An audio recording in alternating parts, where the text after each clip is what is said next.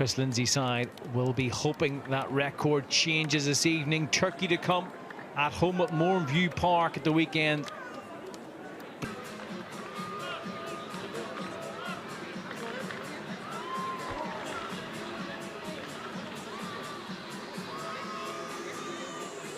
A few last-minute instructions. Proud moment for Burns, who has been handed the armband in the past. Recently made him the post-Tanya Oxtoby era begins tonight. In terms of the starting lineup, what do you make of it? Yeah, I think obviously Chris Lindsay's took on that new management role, our interim manager, and you know, I think from the previous occasion the girls actually really enjoyed. Caligaris of Juventus plays it across to Rice. First cross to deal with, and twice being into the World Cup, Northern Ireland have never managed that. This is where the qualification process starts for them, as getting away manages to do so, and it's back with the skipper Clark. Burns, I don't think she's going to thank Hamilton for that. She apologises, and it's an opening for Switzerland shortly after. Yeah, I think Cara has to clear the ball there and not go back into the goalkeeper, but yeah, it was a bit of a nervy start there. Shimali, yeah, she's just a fantastic player, and she just seems to be getting better and better.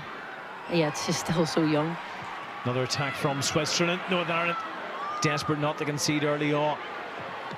That's a great header there by Ellie Mason. I think she made the initial contact.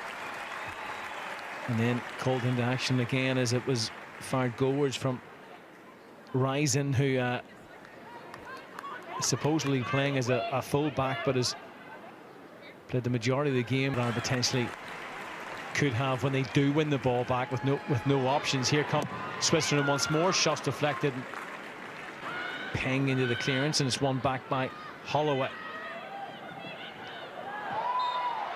Pressure, too much pressure being put on by McFarland. A little smirk from her. She, I think, half expected that whistle, but Lagaris. A little bit more pace in this Swiss attack, ball on towards the near post, and whilst the attacker didn't feel look after and internationally look after, and he's very unlucky with injuries, a couple of serious ones. Obviously missed the Euros as well as Mason had duties at the minute, but also don't want to play too deep as it's won back and shifted across to Risen. There is Wade. Back to her job. A couple of goals in the first half hour, and then had to wait for the last couple of minutes to grab a third. They'll now make the trip to Mourneview. On Saturday, a game you can also watch live in the BBC iPlayer. Speaking of next generation, also speaking of Georgia, the under-17s won a little earlier today as Switzerland go on the attack once more. They were 3-1. Limited any shots. I don't think Jackie Burns had a save. There's been no shots on target, so it's been a great start. Bainey plays it in close to the goalkeeper. Brave goalkeeping from Jackie Burns. I think that's what we expect. Different potential captains that you maybe having not played as much as she would have liked in Canada. For Chris Lindsay to give her that armband and almost give her that extra little bit of confidence going into a game like this. Yeah, and it's huge, like that, just 1 or 2% of extra confidence, you know, especially in a vital role like goalkeeper. Switzerland have a couple of attacks from corner kicks not dealt with initially, and there's the opener. It's Shimali with a fine finish. Fell to her in and around at the penalty spot and lashed it goalwards into the top corner. Frustrating for Northern Ireland, who had dealt with the first ball, but Shimali reacted first, and that's her 8th international goal. Good finish. Yeah, it was top quality. Obviously, we're talking about Burns there, but I don't think she could get any hand to that there. Put it into the top corner, and young players, but you know, they just don't have that experience that Smo McGill has, and you know, you could say, oh, so close to a second. It was Bainey volleyed at goal, which wasn't the cleanest connection for the Manchester City player. And it's been no easy shift for Simone McGill over the years, you know. Volleyed at goal, which wasn't the cleanest.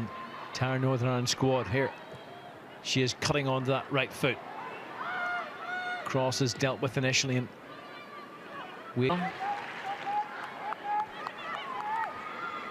Bennett. First time ball in towards the striker, who's fouling Rafferty in there.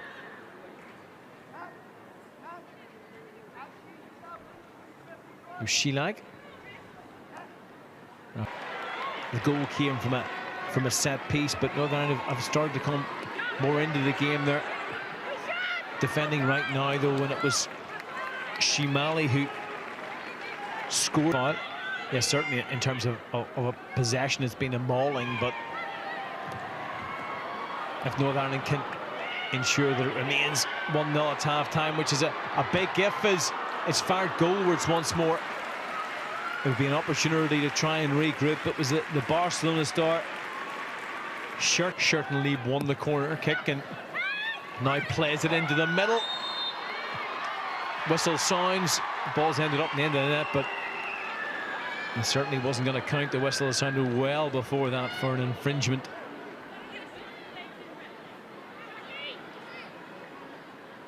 Bit of pushing going on in there. I think it picked up by Shirton Lau.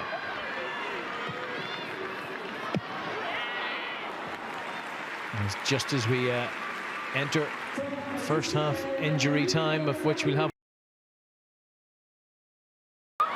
Černogorčević move forward quickly. Opportunity for Switzerland if they can get it into the middle. Cross comes Holloway, did very well to close down the attacker. Into the 6-yard box, a glancing header. Always drifting well wide, and it's not the first time that the Switzerland have tried a corner kick like that. Right on top of Jackie Burns, but again, it's a Northern Ireland player here.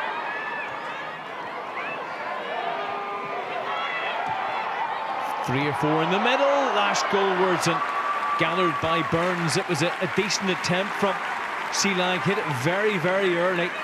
Burns, though, equal to it, and with plenty of Swiss players lurking.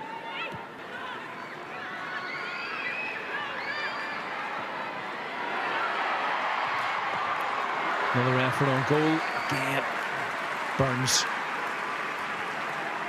The game's just starting to open up. Ping has been very much an onlooker. Off the line comes Burns. Shimali, who manages to recycle it. Swiss players always seem to have options in that right-hand side. First time in that familiar role. Switzerland try and expand the game a little bit. Might get a shot in here. Closed down by Caldwell and away by Mason. It's important that we do try and stay outside of our box when we're defending. Otherwise we will create... Trying to develop another attack, and they've been in this situation quite a bit. McKenna was turned, I think, receives the yellow card, and we'll have few complaints about that, but it was Shimali who does a left across. There was it's Shelag who comes off, and Lehman, who is introduced, Alicia Lehman, now of Leicester City, could fall to the edge of the box. Černogorčević give up the opportunity to get a strike and goal, and it's Rebecca McKenna who initially started as a centre half. Lehman on the overlap, cuts it back, and the touch was from Rafferty, but I think the ball would end up going over the end line playing Saturday. Wade does well to find Weir. McKenna's in space in the middle. Peng has to come off her line. It was a little bit sloppy at the back from a Swiss point of view. It's very shifting out towards Lehman. 5 red shirts in the penalty area. Northern Ireland back defending, and it's a poor shot in the end from Shimali. See what she was trying to do, move it round to defend. And should they start the campaign with 3 points, 1 goal to the good with what, 4 minutes left. Difficult one for the attacker to try and force goalwards. Wasn't to be for Vallender, given the responsibility to take. Oh, it was Mason who got in the end of it. Decided to go with her left foot rather than her right and couldn't hit the target, but it's half a chance. They're going to try and find an equaliser. Decent turn on the left foot, fine finish, that seals it. Second for Switzerland. It's a substitute as well who's just on the pitch. Fulmini fired a past Burns, and that makes sure 3 points for Switzerland in their opener. Direct play from the home side. Good turn. I think she's come on and she had a real zest about it. Goalkeepers come off her line and had to make contact there. Lehman then with a follow-up. Not to be, and that would have been very harsh in Northern Ireland.